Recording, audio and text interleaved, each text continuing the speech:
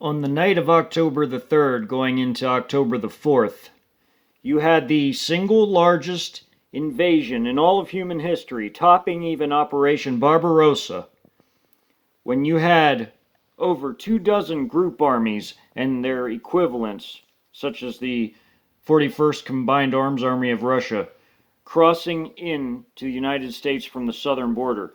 In the northern border, some 3.5 million external troops had crossed the Canadian border into the United States heading south, while in Mexico, another 3.5 million externals were crossing the border headed north.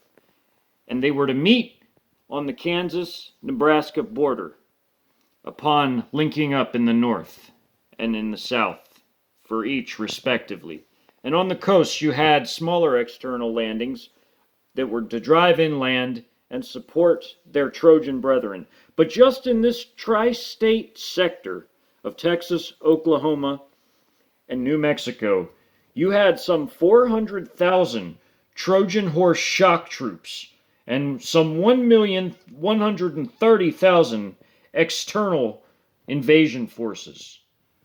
All in all, there were 1,343,000 PLA, PAP, PLAN Marines, 170,000 Russians, 10,000 Iranians, and 7,000 Pakistani troops. And of aircraft, there were 21 fighter and fighter bomber squadrons of Russia and 21 fighter and fighter bomber squadrons of China. There were 5 bomber squadrons of Russia and 5 bomber squadrons of China, strategic bombers such as these, and in the blue here for Russia.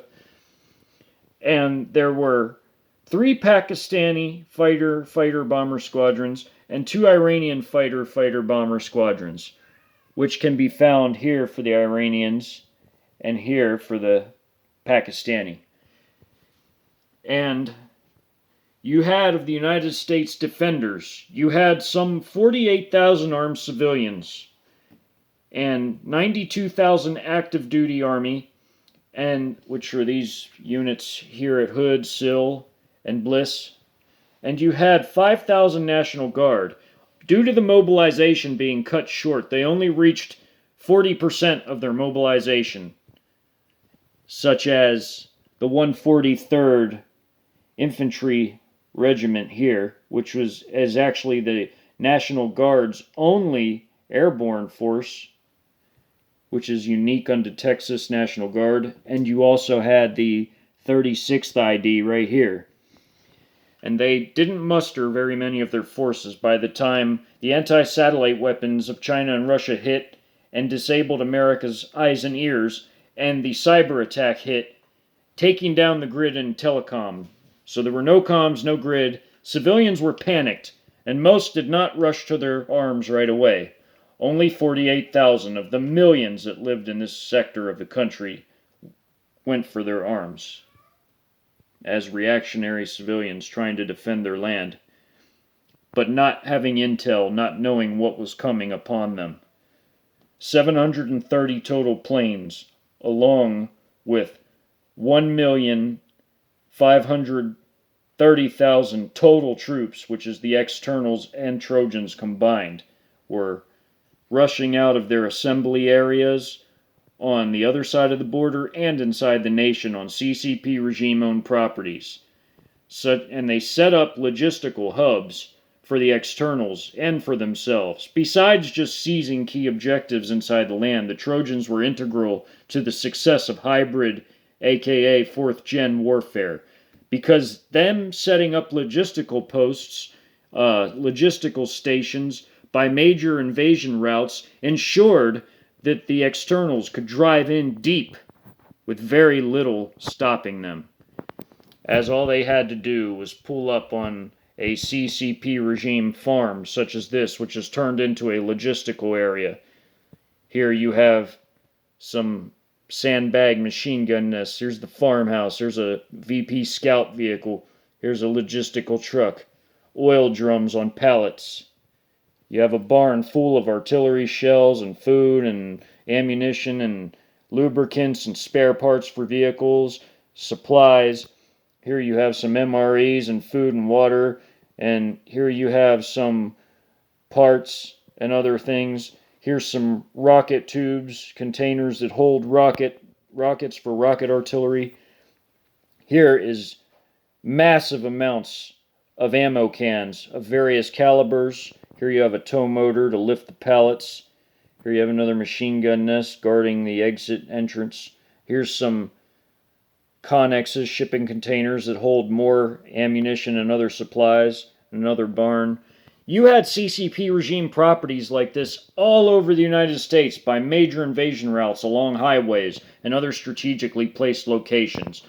So you had miles and miles long convoys of all these group armies just doing a miles and miles upon miles long drive-by, essentially, while the Trojans seized key objectives. And once they got far enough inland, they fanned out and aided the Trojans in their endeavors, as they were sort of like a heavy-handed reinforcement, which is what the externals' mission was. They were to drive in deep, stopping very little to do much of anything, so that they could reach their objectives in 2 days. And in 2 days, they met in the middle of the country on the Kansas-Nebraska state line.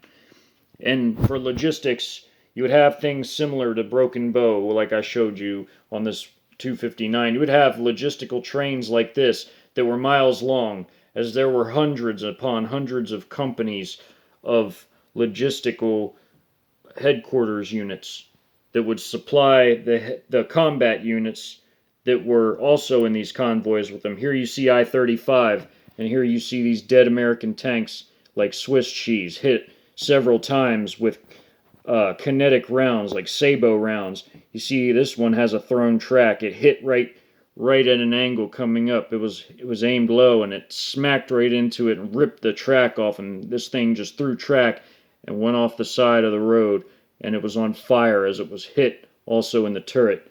The same with this one, hit a few times on fire, just dead on the side of the road here, as these Chi-Com tanks roll forward with very little space in between separate units separating them, as you would have miles and miles and miles and miles of these vehicles just headed north to their objectives.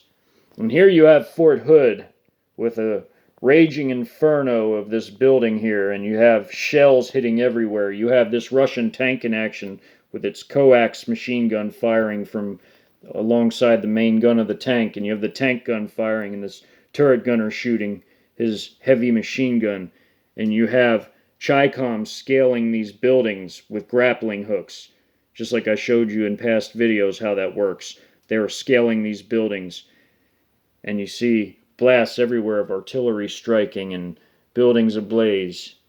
All the action here. The Russian tank in action headed forward, like Alexandrovich and his forces did in the Fort Hood battle, watching Chi-Com seize buildings. And here you have the Battle of Waco. This is West Waco here, Western Waco. And you have this Chi-Com artillery element, the battery setting up on hilly terrain on the south side of the Brazos River, shelling the city and north of the city on the hills. Just shelling it. Inside you have gunfire blazing from both National Guard and armed civs trying to resist this Chi-Com mech infantry element that's assaulting this part of the city. Now, Waco's a medium-sized city, so this is only one small part of it. You had many other things going on, like inside the city itself. You had mech infantry and armor, both Russian and Chinese, fighting the armed civs in these rubbled buildings and behind rubble. And you see artillery shells impacting and blasting here, and you see them hiding in the rubbled buildings, the shells of these buildings and in rubble, trying to fend off this Chi-Com armor and mech infantry grenadier element. Another blast back here. All that was going on at the Battle of Waco. You had troops inside and around the city, surrounding it, ringing it. These were the Trojan elements that had just finished up mopping up Fort Hood, and they sent some of them north to aid in the Waco battle, as there was a light Chi-Com infantry unit inside Waco that was having slight difficulties as it was facing an evenly matched force of National Guard, but they were still prevailing, but they were not on time schedule, so they called in extra battalions to head north of the Russian and Chinese 68th Group Army and Second Combined Arms Army, which Alexandrovich was a part of. They sent some of their battalions north to help that Chi-Com light infantry element seize the city, and they did. You'd have other similar scenes like this, like in Phoenix here.